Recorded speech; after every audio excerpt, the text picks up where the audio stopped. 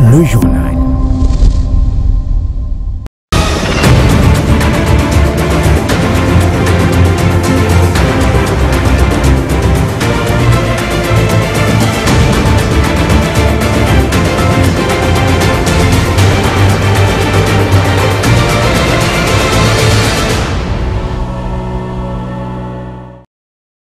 Le 19h sur la RT Éduc, merci de nous suivre. Clôture de la tournée de la ministre d'État à l'Éducation nationale dans l'espace Kassai, dans le cadre du lancement de la rentrée scolaire, qui a vu Raïssa Malou visiter certaines écoles, dont l'Athénée Royal de Kananga en pleine rénovation. Kinshasa a reçu sa première livraison de 9000 doses, allais-je dire, de vaccins contre le Mpox. À l'aéroport international de Njili, le ministre de la Santé, Samuel Kamba, a représenté le gouvernement congolais. Assister psychologiquement sous le plan sanitaire les détenus de la prison centrale de Makala.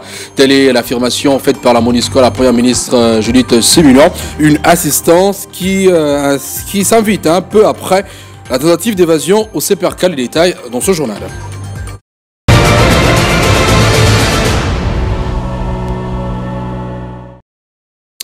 La ministre d'État à l'Éducation nationale a bouclé sa tournée d'inspection dans le cadre de la rentrée scolaire 2024-2025 dans l'espace Kassai Kananga. Sur place, Raïssa Malou a visité tour à tour l'Athénée Royale de Kananga dont les travaux de réhabilitation sont quasi terminés, ainsi que la succursale de l'RT Éduc. La ministre d'État à l'Éducation nationale a conclu sa tournée d'itinérance en marge de la rentrée scolaire à Kananga. Après les entretiens d'usage avec les autorités provinciales, Raïssa Malou a visité le site de l'Athénée Royal de Kananga dont les travaux de réhabilitation et de construction de certains bâtiments sont exécutés à 95%. Des travaux rendus possibles grâce au PECPSU depuis 2023 sous la coordination du chef de projet IQUA. Raïssa Malou a recommandé au chef des chantiers d'accélérer les travaux afin que l'école accueille rapidement les élèves malgré le retard enregistré. À Kananga, la ministre d'État à l'Éducation nationale a également visité les installations de la radio-télévision de l'éducation. Accompagnée du directeur chef de service Guy Chungu, Raïssa Malou s'est imprégnée du fonctionnement de ce média du ministère et a rassuré de son implication pour le rayonnement de la RT Éduc. Parlons à présent du constat fait sur l'effectivité de la rentrée scolaire édition 2024-2025 en cette troisième journée depuis son lancement officiel le 2 septembre 2024 au collège Excellencia, qui est une école privée chrétienne agréée située au quartier Elengesa de la commune de Ngiringiri, où les respects de mesures barrières contre l'épidémie Mpox sont respectés.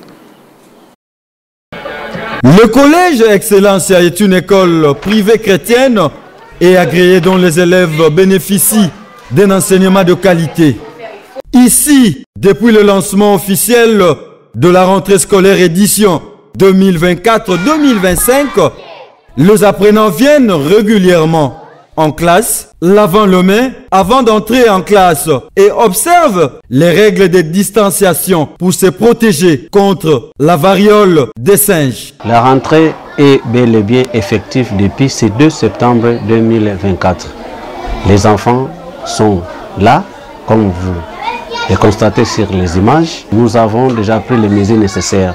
Il y a des lave-mains qui sont plantés de part et d'autre. Dès que les enfants arrivent, ils passent devant les lave-mains, ils lavent les mains avec du savon ou soit avec les gels bactériaux et ils entrent dans la salle de classe. Madame, dans les salles de classe, il y a aussi la distanciation qui est respectée pour aussi lutter ou fouler au pied la propagation de cette épidémie. Une façon pour cette éducatrice et élève de demander aux parents d'envoyer massivement leurs enfants à l'école. Nous demandons aux parents d'envoyer les enfants venir suivre cette formation de qualité que nous dispensons au travers de nos enfants. Nous avons débuté l'école depuis le 2 septembre 2024.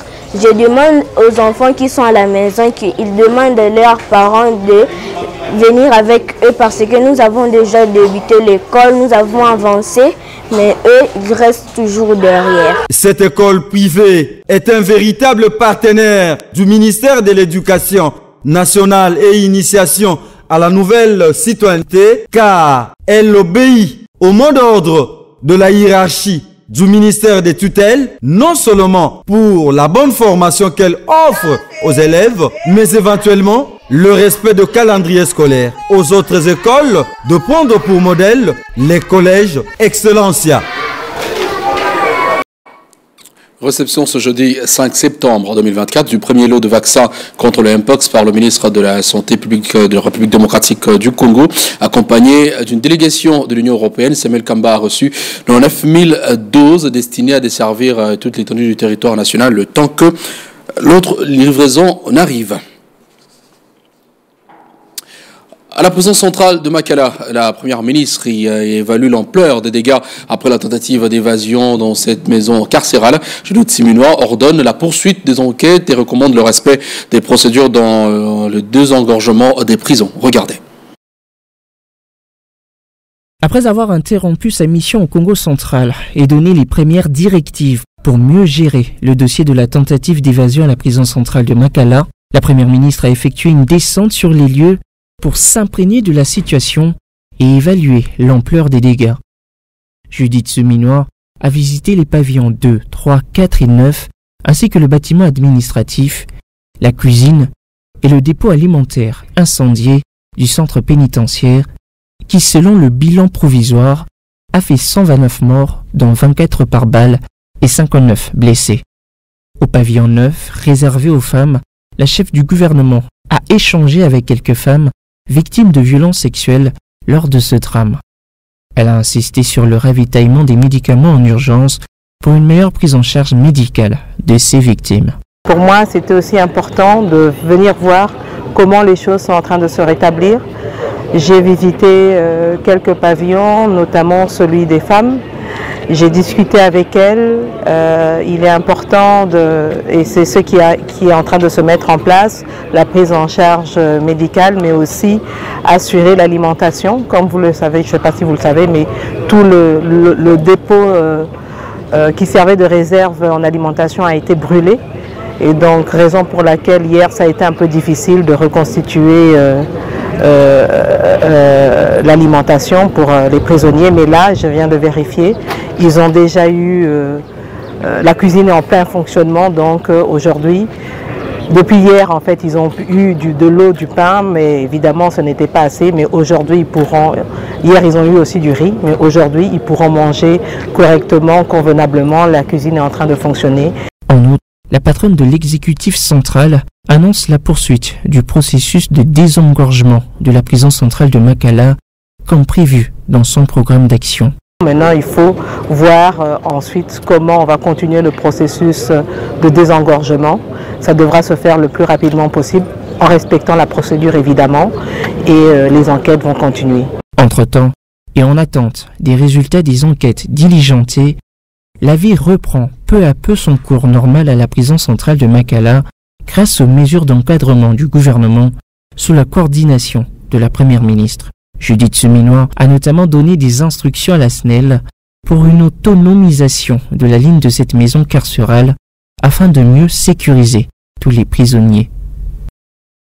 Et juste après, la première ministre Judith Seminois a reçu une délégation de la MONUSCO conduite par Viviane Van de Peer qui a confirmé la disponibilité de la mission à apporter une assistance sanitaire et psychosociale aux détenus de la prison centrale de Makala après la tentative d'évasion. Une attention particulière sera portée aux femmes victimes de violences dans ce programme d'urgence.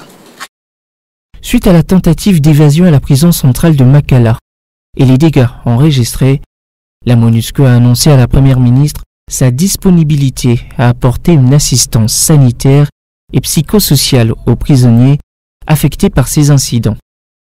C'est ce qui ressort principalement de cette séance de travail entre la chef du gouvernement, Judith Seminois, et la représentante spéciale adjointe pour la protection et les opérations à la MONUSCO. Les femmes victimes de viols dans la prison centrale de Makala sont visées en urgence dans ce programme d'aide sanitaire de la MONUSCO.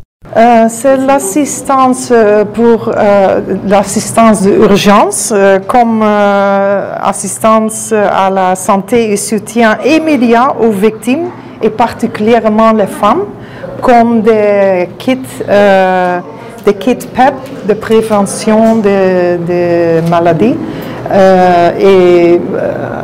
L'autre assistance peut être l'assistance psychosociale aux victimes des viols. Et nous avons aussi beaucoup d'experts en autres matières et nous avons tous offert au gouvernement pour assister avec cette matière très difficile. La chef de la délégation de la MONUSCO a par ailleurs salué l'engagement et la détermination de la première ministre Judith Suminwa dans la protection du territoire national ainsi que la sécurité des personnes et de leurs biens. À ce sujet, le gouvernement a déjà commencé à mettre en œuvre les actions prévues au pilier 2 de son programme d'action afin de garantir une meilleure sécurité à la population.